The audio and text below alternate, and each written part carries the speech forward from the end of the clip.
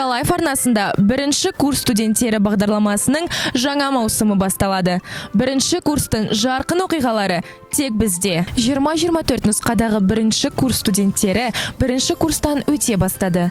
Бүгін біздің кейіпкерлеріміз бұл 16 оқу тобы бір-бірімен және кеңесшілер тәлімгерлерімен танысты. Бірін-бірі тану үшін дәстүрлі ойындар мен оқу жаттығу жиындарынан бөлек колледж және оның дәстүрлерімен танысу мақсатында біл сұра эстафетасынан өтуге тура келді. Сәлем, есімің кім? Қандай топтан боласың?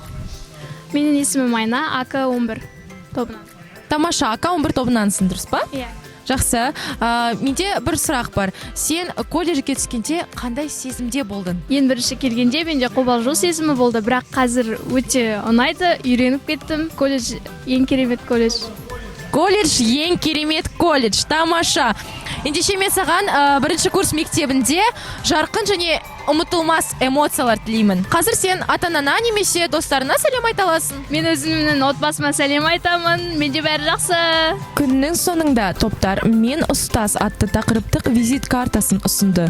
Онда олар армандаған мамандықты қалай таңдағандары туралы әңгімеледі.